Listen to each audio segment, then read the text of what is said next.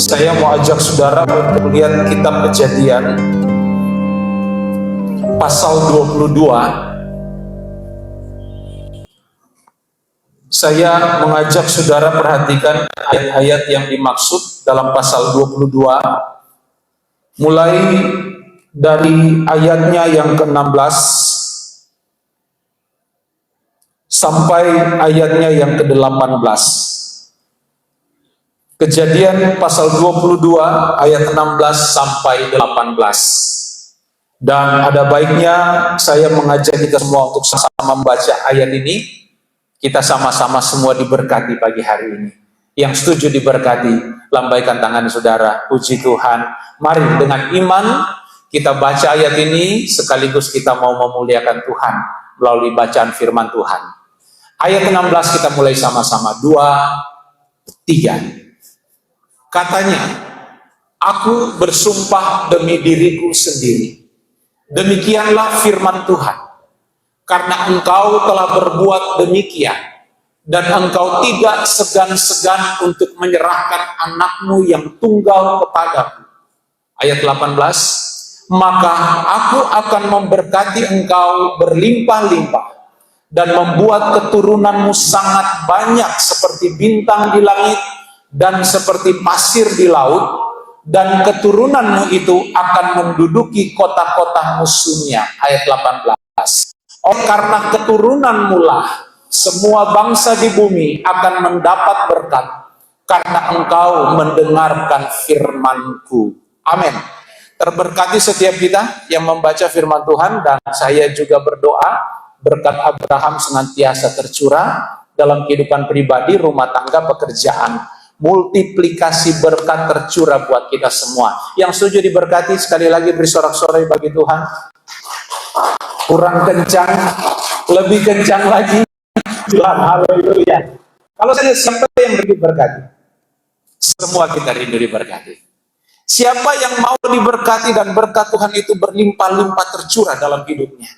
Tidak ada yang tidak mau hal itu terjadi. Semua kita rindu terjadi. Berkat Abraham, berkat Tuhan tercurah, berlimpah-limpah dalam hidup kita. Usaha diberkati, pribadi berkati, sehat, kuat, bahkan segala doa dan pergumulanmu, jawaban dan mujizat Tuhan itu terjadi. Tidak ada yang tidak inginkan berkat-berkat tersebut. Dan saya mau katakan bahwa kelimpahan berkat itu ada kok tercatat di dalam Alkitab. Siapa bilang tidak tercatat? Di dalam Alkitab banyak perkara, banyak poin, banyak kejadian, bahkan Yesus mengajarkan tentang kelimpahan berkat. Tapi tentu di dalam Allah memberkati umat-umatnya, tidak semata-mata Allah hanya mencurahkan berkat tanpa alasan dan tanpa tujuan. Setuju dengan ini? Puji Tuhan. Karena saya tidak mau saudara hanya memahami sepenggal atau hanya bertitik berat pada berkat yang tercurah. Benar, ayat yang baru kita baca adalah bagaimana Allah menepati janjinya atas Abraham. Bahkan janji itu menjadi bagian dalam hidup kita. Dalam ayatnya yang ke-7, dalam ayatnya ke-18, oleh semua keturunanmu, semua bangsa di bumi mendapat apa? Mendapat berkat. Boleh katakan amin? Ya. Siapa yang nggak mau tahun ini saldo rekening kita bertambah-tambah sampai tahun ke depan? Semua kita rindu. Pekerjaan kita berhasil dan selalu berhasil diberkati oleh Tuhan. Siapa yang nggak mau? Semua kita rindu. Siapa yang nggak mau dan dalam segala perkara ada kelimpahan berkat tercurah di dalamnya? Siapa yang nggak mau? Semua kita mau. Dan Bapak Ibu, saya tadi katakan saya mau supaya kita ketika menerima janji Tuhan, benar-benar kita ngerti apa maksud dan tujuan Tuhan memberkati dan mencurahkan berkat yang berlimpah dalam setiap kehidupan kita. Sekalipun resesi di luar, sekalipun masa sulit, tapi saya terlalu yakin bahwa secupat gandum sedinar, tetapi jangan rusakkan minyak, itu mengandung janji bahwa orang percaya sekalipun di dalam masa sulit, ada pengecualian dari Tuhan. Tuhan mampu pelihara orang percaya. Tuhan mampu melindungi orang percaya. Tuhan mampu memberkati setiap kita yang ada di dalam Dia. Tetapi kita nggak bisa nggak adil dalam melihat kebenaran firman Tuhan. Kita harus seimbang memahami kenapa sampai Allah memberkati Abraham begitu hebat dan begitu dahsyat. Nah, ini yang akan menjadi poin kita hari ini yang akan menjadi persoalan yang akan kita bangun agar harusnya apa? Bahwa kita tahu tujuan Allah memberkati kita secara limpah. Bapak Ibu jemaat yang diberkati Tuhan, kalau kita bicara tentang Abraham dalam pasal 22, titik berat yang selalu disampaikan adalah soal ketaatan. Titik berat yang disampaikan adalah bagaimana Abraham total secara radikal dalam melakukan segala apa yang diinginkan oleh Allah, yaitu mempersembahkan satu-satunya anak, bahkan anak perjanjian yaitu Ishak, menjadi korban di Gunung Moria. Ini Abraham mengajarkan kita tentang ketaatan yang ekstrim. Dan kalau saya tanya, mampukah kita? Nah, ini masih kita harus persoalkan. Mampukah kita? Nah, Bapak Ibu jemaat yang diberkati Tuhan, persoalannya begini. Saya tanya saudara. Karena tema besar kita tahun ini adalah memuliakan Tuhan. Mana lebih dulu? Taat dulu, baru memuliakan Tuhan? Atau sikap memuliakan Tuhan, baru timbul ketaatan? Saya kasih waktu 2 menit, pikir baik-baik.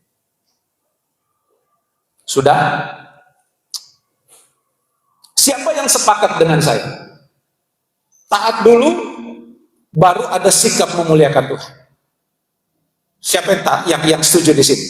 Taat dulu, baru memuliakan Tuhan. Oke, cuma 1, 2, 3, 4, 5. Yang lain ragu-ragu.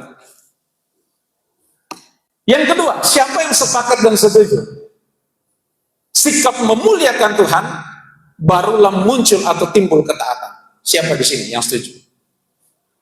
Nggak ada? Nggak ada yang setuju? Baik. Untuk menjawab hal itu sebentar saudara perhatikan khotbah saya hari ini. Mana yang lebih dulu? Bapak Ibu, saya mulai. Sebelum Abraham diberkati Tuhan secara berlimpah-limpah, dalam 3 ayat yang barusan kita baca, kita melihat sikap-sikap apa yang muncul dalam kehidupan Abraham. Apa yang dilakukan Abraham, sehingga setelah itu Allah mencurahkan, Allah menjawab, Allah mengadakan segala berkat tercurah dalam kehidupan Abraham. Kita mulai ayat pertama. Nanti kita simpulkan. Apa sih tujuan Tuhan memberkati Abraham? Dan apa yang dilakukan Abraham sampai Allah mencurahkan berkat berlimpah-limpah dalam kehidupan pribadi Abraham? Bapak Ibu, saudara perhatikan ayat pertama. Ayat pertama di sana dikatakan begini. Ayatnya yang pasal 22 ayat pertama. Saya baca dengan Alkitab yang saya pegang, saudara menyesuaikan ya. Saudara menyesuaikan dengan Alkitab yang ada di tangan saudara. Saya catat banyak hal hari ini dan saya minta kesabaran saudara karena mungkin ibadah kita hari ini akan berlangsung cukup lama. Yang setuju, coba angkat tangan yang setuju. Cukup lama. Yang sudah makan, sarapan, coba. Belum sarapan semua? Belum? Kalau begitu saya pending tadi lama, saya singkat aja hari ini. Karena belum sarapan semua kan? Baik, puji Tuhan. Kecuali yang sudah sarapan, saya minta saudara tetap di tempat. Yang lain boleh pulang, yang sudah sarapan tetap tinggal. Puji Tuhan. Bapak Ibu jemaat yang diberkati Tuhan, kita pelan-pelan lihat kebenaran firman Tuhan. Sekali lagi saya tanya serius, saudara jawab dengan sungguh-sungguh. Yang mau diberkati secara berlimpah-limpah, coba lambaikan tangan. Kenapa yang lain enggak? Enggak mau diberkati maksudnya? Semua mau diberkati, amin. Kita beri sorak-sorai sekali lagi. Perhatikan ayat pertama, Kejadian pasal 22. Kita belajar, karena saya juga dapat berkat dari materi firman Tuhan hari ini. Jujur, saya dapat berkat. Sampai jam berapa tadi malam tuh saya masih olah firman Tuhan ini. Saya berdoa, saya bergumul sampai sudah duduk tadi jemaat udah pada datang. Saya masih rindu penasaran, Tuhan apalagi yang Tuhan mau singkapkan hari ini. Silahkan Tuhan, mana-mana Tuhan. Tapi saya terbatas mau menyampaikan Tuhan. Saya tidak ada apa-apanya. Saya minta Roh Kudus sajalah yang berkarya. Lawati setiap kita. beri hikmat dalam kehidupan saya, pengurapan Tuhan menjadi bagian, sehingga saya mampu menjelaskan firman Tuhan secara baik dan benar. Ayat pertama, pasal 22. Kita persoalkan mulai dari ayat ini. Di sana dikatakan, setelah semuanya itu, Allah mencoba Abraham. Ia berfirman kepada Abraham, Abraham, lalu sahutnya, ya Tuhan. Siapa di sini nama Abraham? Ada Om Heri. Om Heri namanya, Om Heri itu berat loh sebenarnya.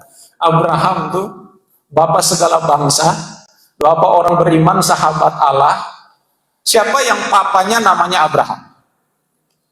Oh iya. Siapa yang tetangganya namanya Abraham? Ya, saya perlu dipersoalkan. Saudara perhatikan, saya pelan-pelan. Kita mulai setelah semuanya itu. Bapak Ibu, Alkitab mencatat ini bukan tanpa sebab. Kita harus melihat tokoh utama di balik penulisan kitab Kejadian. Jangan perlu terfokus Abraham lah. Kita melenceng, siapa yang Kejadian? Musa. Oke, Musa orang Ruten? Enggak ya, orang Yahudi, orang Israel asli. Artinya bahwa saya mengajak saudara untuk berpikir sederhana. Kalau Musa orang Yahudi, maka semua tulisan Musa tidak terlepas dari kebiasaan orang Yahudi. Dari adat kebiasaan yang dilakukan oleh orang Yahudi dan tata cara ibadah orang Yahudi. Lepas dari itu semua, saudara perhatikan saya mulai. Setelah semuanya itu, satu poin dulu yang saya mau kemukakan alasannya. Kenapa Musa mulai dengan mencatat setelah semuanya itu? Sebelum pasal 22, di perikop terakhir, ada satu peristiwa di sana. Bagaimana Abraham dan Abimelek, mereka mengadakan suatu pemulihan. Karena mereka orang dua ini berkonflik sejak tahun lamanya. Banyak konflik yang mereka lakukan. Dan pada masa itu, Abraham dan Abimelek hidup berdampingan.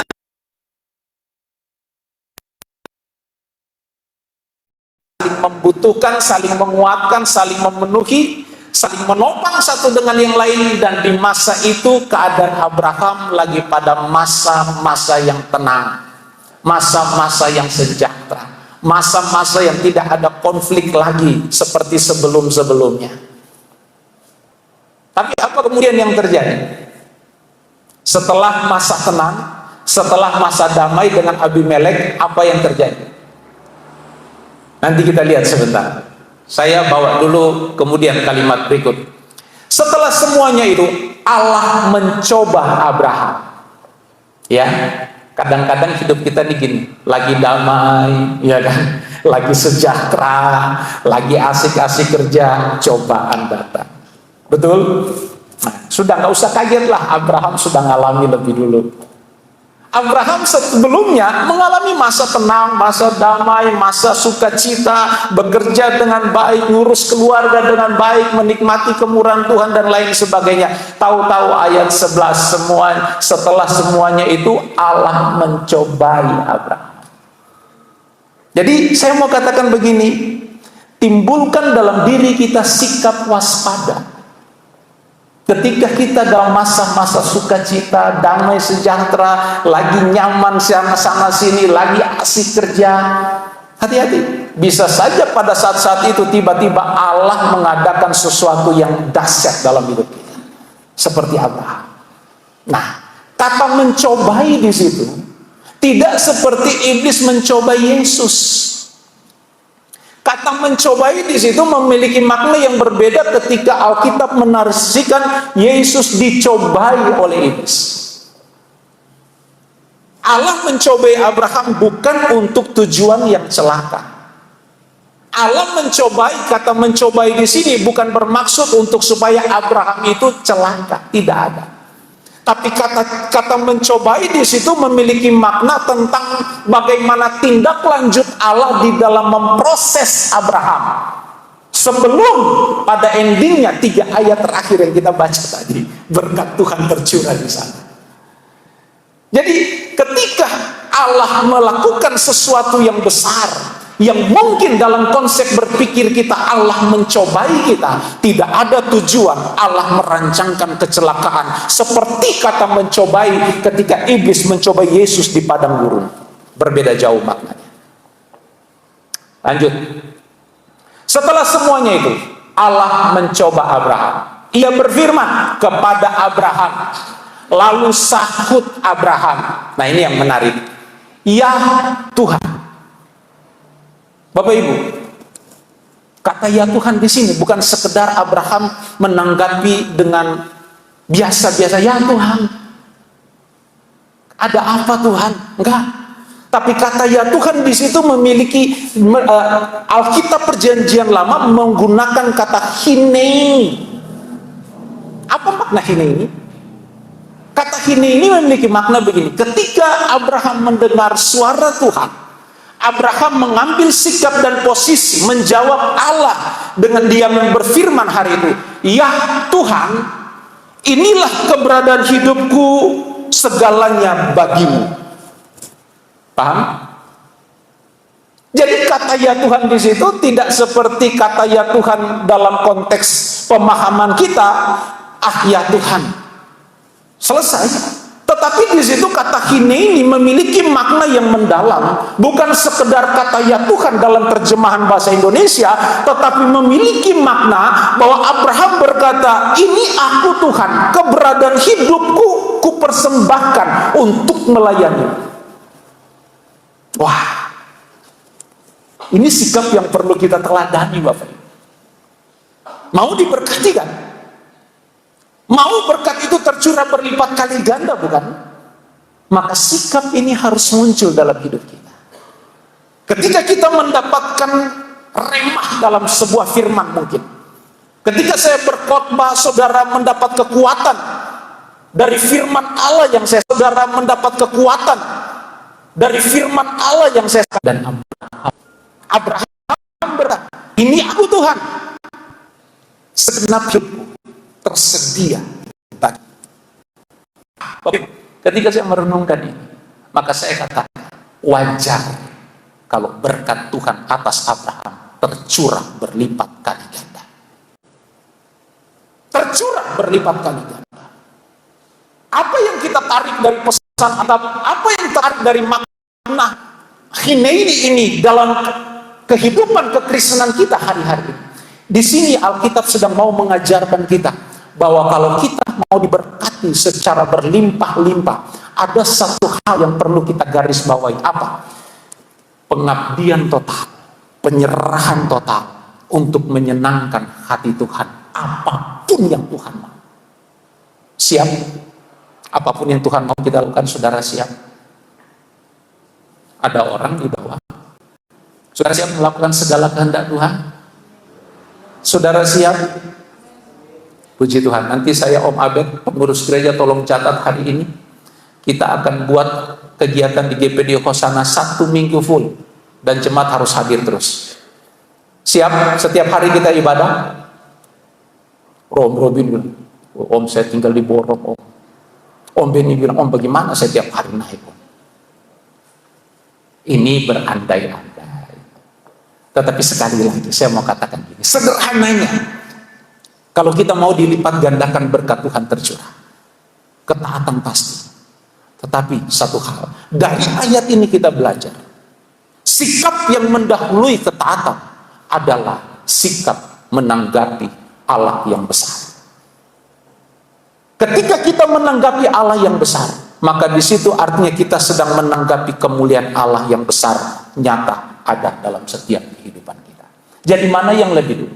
Taat dulu atau memuliakan Tuhan dulu? Memuliakan Tuhan dulu, baru taat. Nanti saya tambahkan ayat-ayat referensinya. Tapi saya mau katakan, sikap memuliakan Tuhan adalah sikap yang harus mengawali segala tindakan kita. Kita nggak akan mungkin taat kalau kita tidak punya sikap dalam memuliakan Tuhan. Karena memuliakan Tuhan adalah, saya boleh katakan dulu, sikap memuliakan Tuhan adalah bahan bakar dalam kehidupan orang percaya, sehingga orang percaya itu dapat berjalan di dalam ketaatan akan segala apa yang Tuhan inginkan. Tanpa kita memahami kemuliaan Tuhan, betapa besar Allah, betapa hebat Allah, tanpa kita memahami atau mengakui bahwa Allah mampu melakukan segala sesuatu, tidak mungkin kita memuliakan Tuhan. Bapak Ibu jemaat yang diberkati Tuhan, saya bandingkan dengan beberapa contoh. Saudara ingat kisah Maria ketika malaikat Gabriel datang memberitahukan kabar sukacita? Apa yang Maria responi dari kabar itu? Maria katakan begini dalam Lukas 1 ayat 38. Sesungguhnya aku ini adalah hamba Tuhan. Jadilah padaku sama dengan ini. Ya Tuhan, ini aku, segala hidupku, apa maumu? Sama. Maknanya sama. Dengan pernyataan Maria ketika mendapat kabar sukacita, Maria meresponi kabar itu walaupun dia bingung, dia tidak bisa terima pada awalnya, tapi setelah diberikan penjelasan oleh malaikat Gabriel, Maria mengambil sikap, ini aku hamba Tuhan, silakan, apa mau Tuhan. Sama ketika Abraham mendengar suara Tuhan berfirman, Abraham, Allah belum ngomong panjang lebar, Abraham langsung menyaut, menanggapi Tuhan, Hineni, ya Tuhan, segala hidupku bagi. Kita mau beri segala hidup kita bagi Tuhan. Kita mau beri hidup kita segalanya bagi Tuhan. Masih meragukan. Tapi sekali lagi Bapak Ibu, inilah berkat buat kita hari. Kalau rindu tercurah berkat Tuhan, kalau rindu segala hal yang baik dari Tuhan nyata dalam hidup kita.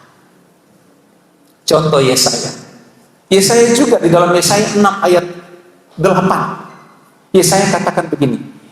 Sesungguhnya, Yesaya katakan begini. Ini aku Tuhan, utuslah aku. Kata ini memiliki makna yang sama. Segenap hidupku bagi Tuhan. Bapak Ibu. Jadi hal yang pertama yang ingin saya mau katakan. Kalau mau berkat itu tercurah dan dilipat gandakan dalam hidup kita, satu sikap yang perlu kita teladani dari Abraham, yaitu apa? Tanpa syarat, total. Kita mau menyenangkan hati Tuhan, kita mau memuliakan Tuhan, kita mau beri yang terbaik segenap kita hanya bagi Tuhan. Ini catat baik itu. Berikut, saudara lihat step by step sampai kemudian Allah memberkati Abraham secara berlimpah-limpah. Kemudian saudara perhatikan hal yang berikut. Ayat 3 pasal 22 kitab Kejadian. Apa yang dilakukan di sana? Ayat 3 di sana dikatakan begini. Keesokan harinya pagi-pagi bangunlah Abraham. Ia memasang pelana keledainya dan memanggil 2 orang bujangnya beserta Ishak anaknya. Ia membelah juga kayu untuk korban bakaran itu, lalu berangkatlah ia dan pergi ke tempat yang dikatakan Allah kepadanya. Hal yang kedua, siapa yang mau diberkati hari ini? Semua kita rindu diberkati. Tapi catat, kita belajar dari sikap Abraham. Yang kedua yang Abraham ajarkan bagi kita hari ini adalah bagaimana kita mampu memprioritaskan Tuhan di atas segala-galanya. Di mana sikap Abraham menunjukkan Abraham mendahulukan Tuhan? Keesokan harinya, pagi-pagi, bangunlah Abraham. Sikap memprioritaskan Tuhan. Sikap mendahulukan Tuhan. Sikap menempatkan Tuhan di atas segala-galanya. Sebelum Abraham melakukan apa yang diinginkan Allah, sebelum Abraham membawa Ishak yang dia tahu bahwa Ishak akan dikurbankan, walaupun seorang ayah mungkin dalam hati kecilnya, kok begini cara Tuhan? Abraham punya 1001 alasan dan punya pengalaman. Sebelum ini Abraham mampu berkomunikasi dengan Allah, Abraham mampu berdialog dengan Allah, Abraham mampu tawar-menawar dengan Allah tentang Sodom dan Gomora. Bisa nggak Abraham tawar-menawar dengan Allah soal Ishak akan dipersembahkan sebagai kurban? Bisa. Abraham sangat bisa untuk tawar-menawar dengan Allah karena Abraham tahu siapa Allah yang dia sembah. Tapi dalam poin ini Abraham tidak tawar-menawar. Abraham tidak ngomong, Tuhan tunggu dulu, nanti jam 9 saya berdoa dulu, saya tanya hati kecil saya, baru saya melangkah untuk bawa Ishak. Nah, kata pagi-pagi benar, di situ memiliki makna sebelum ayam berkokok, sebelum jam jaga malam itu selesai, Abraham sudah bangun. Seperti kebiasaan orang Yahudi, sebelum jam malam orang jaga malam selesai, dia sudah bangun untuk berdoa, dia sudah bangun untuk memuliakan Tuhan. Karena di masa-masa itu orang jaga malam itu selesai jaga malam itu sekitar jam 5, jam 4 subuh. Mereka sudah selesai jaga malam. Nah, di saat itulah Abraham bangun. Abraham mempersiapkan segala sesuatu. Abraham mempersiapkan Ishak untuk dikurbankan di gunung Tuhan atau gunungnya. Bapak Ibu, sikap memprioritaskan Allah, sikap memprioritaskan Tuhan adalah sikap yang ditekankan di dalam ayat ini. Kalau kita mau diberkati, kita mau dilimpahkan berkat, Allah tidak hanya sekedar mencurahkan berkat begitu saja, tapi Allah pun menuntut bahwa kita yang siap terima berkat harus mendahulukan segala sesuatu, yaitu Tuhan di atas segala galanya. Mendahulukan Tuhan. Salah satu sikap Abraham untuk memuliakan dan menghormati Allah yang Maha Tinggi. Sikap yang juga harus kita teladani sebagai orang percaya hari ini. Pagi-pagi benar. Siapa yang pagi-pagi benar sebelum ke toko, sebelum aktivitas, sudah mendahulukan Tuhan. Enggak angkat tangan. Pagi-pagi benar. Kita beda dengan Abraham. Kita tidak ada beban untuk beraktivitas. Tapi Abraham bebannya besar sebagai kepala keluarga, sebagai suami yang hanya punya satu anak, diminta lagi sama Tuhan. Yang 25 tahun sebelumnya Abraham dan Sarai sudah menanti-nantikan berkat itu. Wah, Abraham punya 1001 alasan untuk tidak mempersembahkan Ishak. Abraham punya pengalaman berdialog dengan Allah. Abraham punya pengalaman tawar-menawar soal Sodom dan Gomora, dan Allah mengiyakan tawaran Abraham. Tapi untuk titik ini, masalah ini, Abraham no comment. Padahal bisa loh sebenarnya. Padahal Abraham mampu, Abraham punya pengalaman. Tapi titik ini sekali lagi saya katakan, tidak ada komentar Alkitab menjelaskan bahwa Abraham tawar-menawar. Tidak ada. Yang dinarasikan Alkitab adalah keesokan harinya, pagi-pagi bangunlah Abraham. Menandakan Abraham memuliakan Tuhan dengan cara memprioritaskan apa yang diinginkan Allah dalam hidupnya. Yuk, jadikan peringatan ini buat kita hari ini. Sekalipun masa sulit, sekalipun resesi, sekalipun bergejolak, kalau kita memprioritaskan keinginan Allah, memprioritaskan apa yang diinginkan oleh Tuhan, saya terlalu yakin, saya percaya, sebagaimana Allah memberkati Abraham, demikian Allah memberkati kita secara sempurna dalam hidup kita. Saya tidak ngomong berlimpah-limpah, tapi saya ngomong berkat Allah itu tercurah secara sempurna dalam hidup kita. Bapak Ibu, yang kemudian, saudara perhatikan, kita lompat ayat 5. Saya masuk ke poin-poin ini. Ayat 5. Di sana Alkitab katakan begini. Kata Abraham kepada kedua bujangnya itu, tinggallah kamu di sini dengan keledai ini. Aku beserta anak ini akan pergi ke sana. Kami akan sembahyang. Sesudah itu kami kembali kepadamu. Kita belajar ya, sikap teladan yang ditinggalkan Abraham bagi kita. Kalau kita mau rindu diberkati Tuhan, kita belajar dari Bapak orang percaya. Bapak kita semua, orang tua kita semua. Yang ketiga, teladan yang ditinggalkan Abraham adalah sikap memuji dan menyembah, mengagungkan Tuhan. Kami akan pergi sembahyang. Betul? To worship to God, memberikan pujian dan kemuliaan hanya bagi Allah.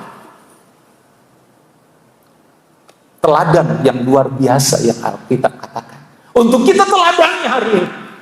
Agar supaya apa? Sekali lagi berkat Tuhan tercurah bagi kita. Bukan hanya hari ini, tapi seterusnya, selamanya tercurah berkat yang sempurna dari Tuhan.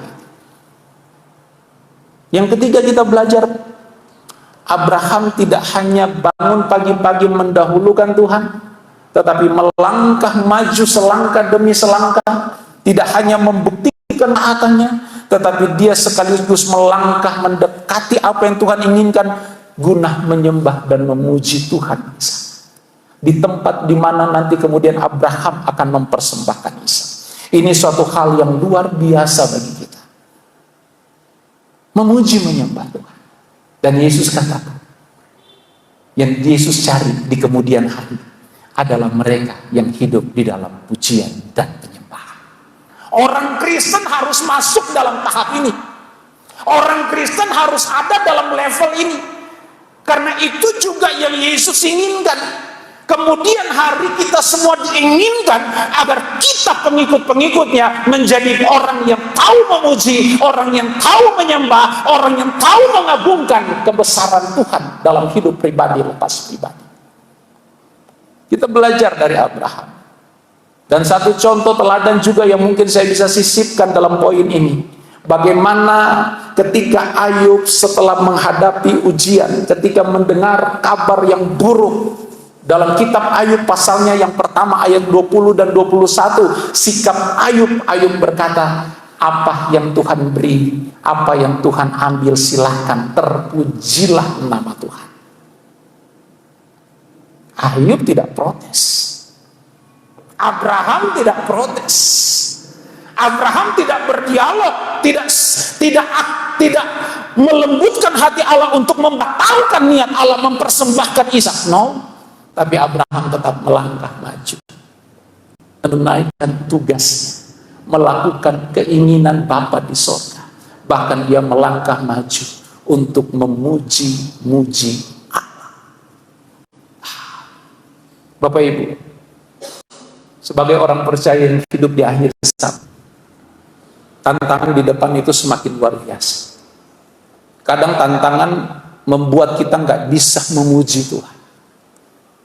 Kadang pergumulan membuat kita nggak bisa mengagungkan Tuhan. Kadang pergumulan, masalah, tantangan membuat kita nggak bisa bersukacita dan bersorak-sorai mengagungkan nama Tuhan. Saya katakan dalam kesempatan ibadah keluarga, kadang kita beribadah menurut suasana hati. Kalau hati lagi galau, hati lagi nggak sejahtera, kita ngomong nggak bisa om. Tunggu kalau segala beban hidupku sudah beres, baru aku datang melangkah melayani dan menyenangkan Tuhan. Salah. Buang sikap demikian. Tidak ada sikap itu berkenan di hadapan Tuhan. Dalam segala kondisi, dalam segala ketertekanan, dalam segala masalah, ketika menimpa hidup kita, mestinya disitulah saat kita mau membuktikan Allah yang kita sembah, dia adalah Allah yang besar, Allah yang mampu memberikan solusi, jalan keluar, ketenangan, damai sejahtera, pemulihan, dan mujizat nyata dalam hidup kita. Disitulah kesempatan kita membuktikan bahwa Allah kita adalah Allah yang besar. Dan sikap yang ketiga yang ditunjukkan Abraham, maka wajar Allah memberkati Abraham menepati janji bahwa Abraham menjadi bapak orang percaya, sahabat Allah. Berkat Abraham tercurah menjadi bagian juga dalam hidup kita karena ada sikap yang mendasar, yaitu sikap yang tidak bisa dihilangkan dalam hidup Abraham. Di dalam segala ketertekanan, Abraham menyembah, mengagungkan, dan memuliakan Tuhan. Bapak Ibu sekali lagi, ini contoh bagi kita. Kalau kita mau diberkati hari ini, saya tahu bahwa kita lagi banyak pergumulan hari ini. Tapi sekiranya pergumulan-pergumulan itu tidak membatalkan sikap kita untuk datang memuji dan menyembah Tuhan. Allah kita, siapa yang percaya Allah kita Allah yang Maha Tahu? Semua kita percaya, betul? Dan Tuhan tahu nggak masalah? Tahu. Tuhan tahu nggak pergumulan? Tahu. Tuhan tahu nggak doa kita? Oh, sangat tahu. Maka dari itu, karena kita berhadap-hadapan dengan Allah yang Maha Tahu, ayo dekat-dekatlah dengan Dia, karena Dia tahu tahu segala jalan keluar, dia tahu memulihkan kita, dan dia tahu memberkati saudara, dia tahu melakukan yang baik dalam setiap kehidupan kita. Saudara mau melatih sikap memuji dan menyembah Tuhan? Iya dong, harus. Kalau mau diberkati. Nah, Bapak Ibu, saya lanjut. Kemudian, apa yang diteladani yang ditinggalkan Abraham? Saudara lihat ayat 8. Ayat 8 apa sikap Abraham kemudian? Ayat 8. Sahut Abraham, Allah yang akan menyediakan anak domba untuk korban bakaran baginya. Anakku, demikianlah keduanya berjalan bersama-sama. Bapak Ibu, kalau kita bicara Abraham mempersembahkan Ishak, selalu yang kita tahu adalah bagaimana bentuk korban yang radikal. Tapi sebenarnya tidak sampai berhenti di situ. Akan dilakukan saudara akad nikah. Artinya apa? Akad nikah artinya dua orang ini yang tadinya pisah diikat jadi satu. Akidah adalah peristiwa di mana Abraham tidak sekedar mempersembahkan Ishak, tetapi ada suatu makna. Akidah artinya pengikatan, akidah Ishak, pengikatan kaki dan tangan Ishak untuk dipersembahkan kepada Allah. Artinya begini Bapak Ibu, pesan di sini apa? Pesan yang mendalam buat orang Kristen hari ini, bahwa kalau kita mau diberkati, maka segala sesuatu tentang kedagingan kita harus ikat dan bakar itu. Tidak ada yang sisa bagi Tuhan. Kita mempersembahkan segenap hidup kita. Segala hal yang tidak berkenan kita ikat, kita bakar, kita buang. Saudara mau? Saudara mau? Kaki tangan saudara diikat hari ini. Saya mau tolong Abed siapkan tali. Artinya ini memiliki pesan. Akidah artinya menanggalkan segala. Abraham diperhadapkan dengan suatu persoalan begini. Mempercayai Sang Pencipta segala secara total atau mempertahankan ciptaan secara total. Abraham diperhadapkan. Jadi filosofi Ibrani dalam proses akidah ini memiliki makna. Abraham diperhadapkan dengan satu persoalan, dan ini kadang menjadi bagian dalam hidup kita, tantangan dalam hidup kita. Kita mau mempertahankan Allah sebagai Sang Pencipta, atau kita mempertahankan segala ciptaannya dalam hidup kita. Nah, ini berbicara tentang mamon lagi. Ini berbicara tentang mamon. Kita nggak bisa menyembah dua Tuhan. Itu merujuk sampai kepada peristiwa itu. Kita diajak untuk memilih di mana kita harus memberikan pujian dan penyembahan serta pengagungan kita. Nah, Abraham diperhadapkan dengan itu. Dia mau menyembah Allah atau mempertahankan ciptaan, dalam hal ini Ishak sebagai anak perjanjian. Nah, ini repot, sulit Bapak Ibu. Nah, Bapak Ibu jemaat yang diberkati Tuhan, kita kembali kepada poin ini. Yang berikut, teladan yang ditinggalkan Abraham. Yang keempat, kalau mau diberkati Tuhan, kita harus yakin bahwa Allah yang kita sembah, Allah yang mampu menyediakan yang terbaik buat kita. Yang setuju katakan amin. Kalau hari ini misalnya Tuhan minta sesuatu yang paling bernilai dalam hidup kita, rela.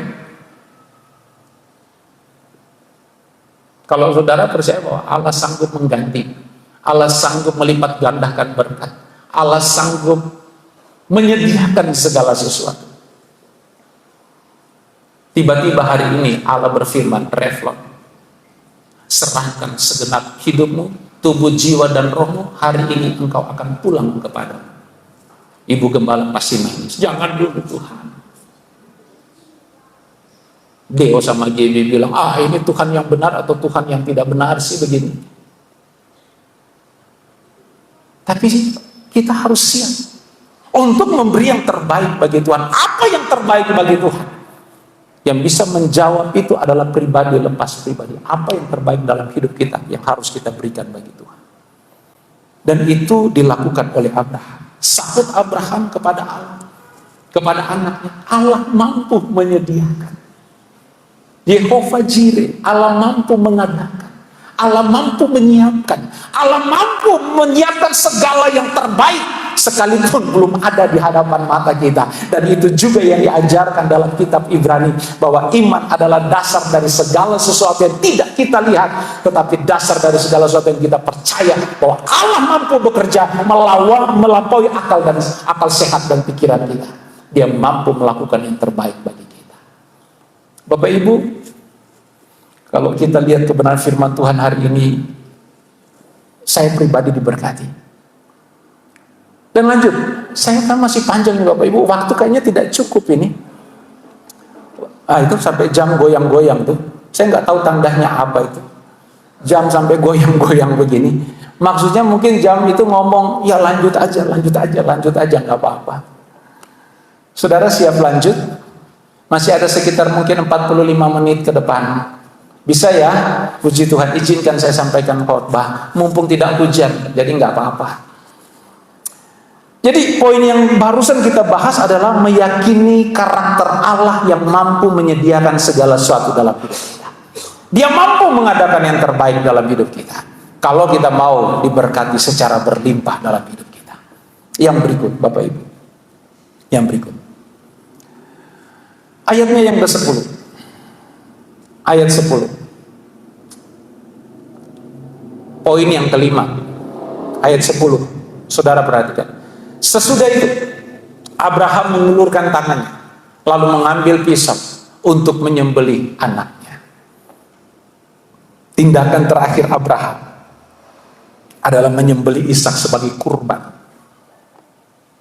Mempersembahkan harta yang terbaik, yang sudah digumulkan, didoakan, dinanti-nantikan selama puluhan tahun, 25 tahun Abraham dan Sarai bergumul untuk supaya mereka diberkati dengan keturunan.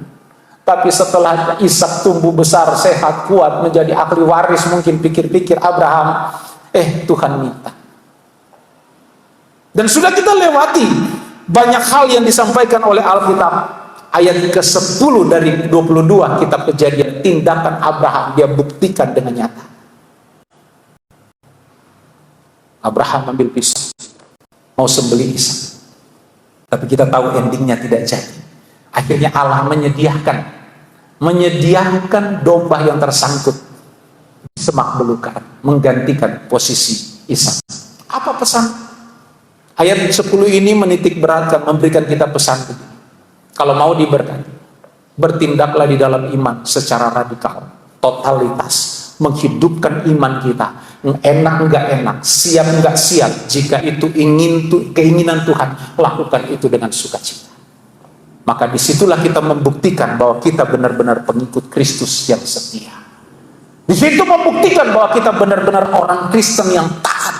Di situ benar-benar membuktikan bahwa kita ini hidup dalam memuliakan Tuhan dari hari ke hari. Dan kalau saya boleh tambahkan satu ayat, Roma pasal 8 ayat 32. Roma 8 ayat 32.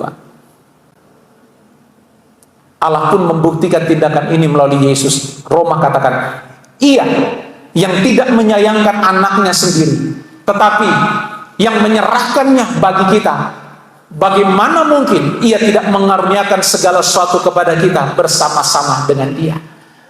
Allah membuktikan juga keseriusannya dalam memberkati kita, pengikut-pengikutannya, dengan mengorbankan satu-satunya anaknya. Nah, teladan yang bisa kita ambil apa? Abraham memberikan teladan, bagaimana juga Allah memberikan contoh. Yesus dipersembahkan guna kebaikan kita semua. Satu titik yang perlu kita perhatikan, kalau ini menjadi teladan contoh buat kita, maka kita pun harus siap untuk mampu memberikan yang terbaik bagi Allah yang kita sembah. Saudara bisa? Saudara mampu? Yang Tuhan mau apa sih? Segenap hidup kita, latreia, segenap hidup kita persembahkan sebagai bentuk ibadah yang totalitas bagi Allah. Setarikan nafas kita, pikiran, perasaan, dan kehendak adalah hal yang menyenangkan hati Tuhan.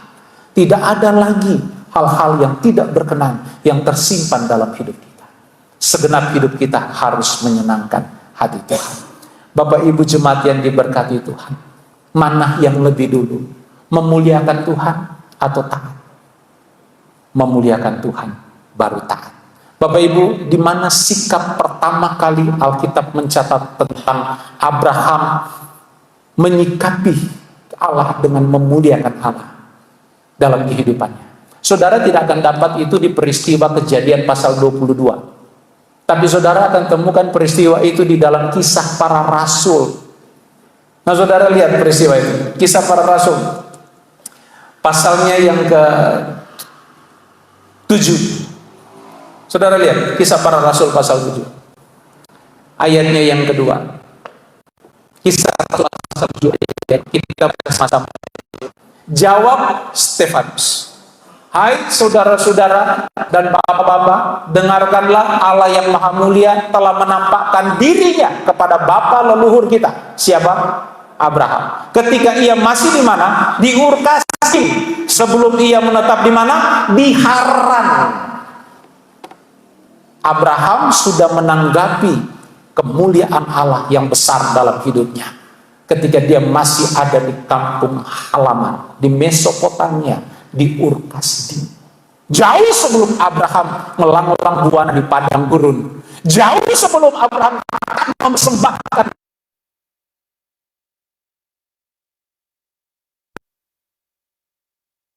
tunjukkan dalam hidupnya.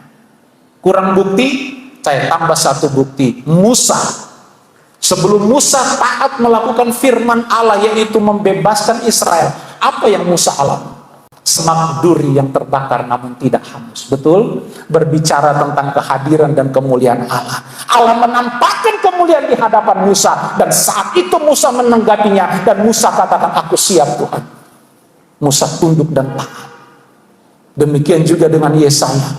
Yesaya diperhadapkan dengan suatu penglihatan bahwa Allah bertakhta di kerajaannya dengan segala kemuliaannya. Dalam penglihatan itu, setelah selesai, Yesaya menanggapi, "Ini aku Tuhan, utuslah." Tanpa kita hidup dalam menanggapi kemuliaan Tuhan, ketaatan tidak akan mungkin total dalam hidup kita. Jadi ketaatan adalah buah dari kita hidup dalam memuliakan Tuhan. Bagaimana kita memuliakan Tuhan? Nggak usah jauh-jauh. Lihat rambut saudara masih tumbuh 2 cm setiap bulan, untuk kemuliaan Tuhan. Betul. Saudara masih bisa legang kangkung jauh kiri kanan, itu kebesaran Tuhan berlaku, bukan kuat dan hebat kita. Saudara masih bisa tarik nafas bangun pagi-pagi, dia masih bisa berdoa, masih bisa belajar Alkitab, masih bisa running dengan Pak Herman di atas. Semua karena mulia Tuhan. Kita masih bisa gerak sini, gerak sana. Semua karena karya murahan Tuhan. Nggak usah lihat kehebatan Tuhan yang jauh di sana. Lihat hidup kita sendiri. Kita ada karena kemuliaan Tuhan nyata bagi kita. Kita ada karena kemurahan. Kita ada karena kebaikan Tuhan. Maka dari itu, sikapi kebesaran Tuhan dalam hidup kita. Bangun bahwa kita ada karena kemurahan Tuhan. Tanamkan sikap ini dalam hidup kita. Maka di situ kita akan dituntun untuk setiap hari dapat taat melakukan segala apa yang Tuhan inginkan. Kecuali kalau kita memang hatinya keras dan lemah batu. Kecuali kalau itu alasannya. Tapi kalau kita menyadari kebesaran Tuhan ini ada dalam hidup kita, kita ada karena kebaikan Tuhan, maka kita nggak mungkin tidak taat. Kita nggak mungkin tidak meresponi kebaikan Tuhan dengan menampilkan sikap hidup taat berkenan bagi Tuhan, apapun tantangan. Maka dari itu Bapak Ibu jemaat yang diberkati Tuhan, berkat Tuhan atas Abraham pun menjadi bagian berkat atas kita, asalkan kita menanggapi segala sesuatu di dalam sikap memuliakan Tuhan dan taat melakukan segala kehendaknya. Saya percaya kebesaran, kemurahan, berkat, mujizat, pertolongan nyata dalam hidup kita. Boleh beri sorak-sorai bagi Tuhan. Tutup Alkitab saudara, dan saya mengundang pemain musik maju ke depan. Bapak Ibu jemaat yang diberkati Tuhan, memuliakan Tuhan di tengah-tengah situasi mustahil. Kadang-kadang kita nggak habis pikir kok bisa.